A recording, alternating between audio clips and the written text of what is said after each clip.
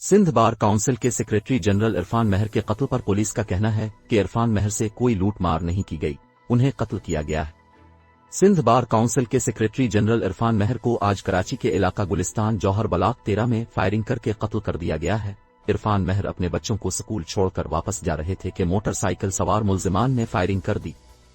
Rescue जराये के मुताबिक जख्मी इरफान महर को अस्पताल मुंतकिल किया जा रहा था कि वो रास्ते में दम तोड़ गए। बार्सिलोना में आतिशज़दगी, पाकिस्तानी फैमिली के 4 अफराद जाँ बहक। मेयर बार्सिलोना और कौंसल जनरल इमरान अली चौधरी का इजहार अफसोस। इरफान महर की कातिलाना हमले में मौत पर कराची बार ने आज अदालतों के बाइकआउट का ऐलान कर दिया है।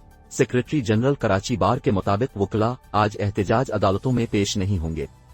मजीद अहम खबरें, कौमी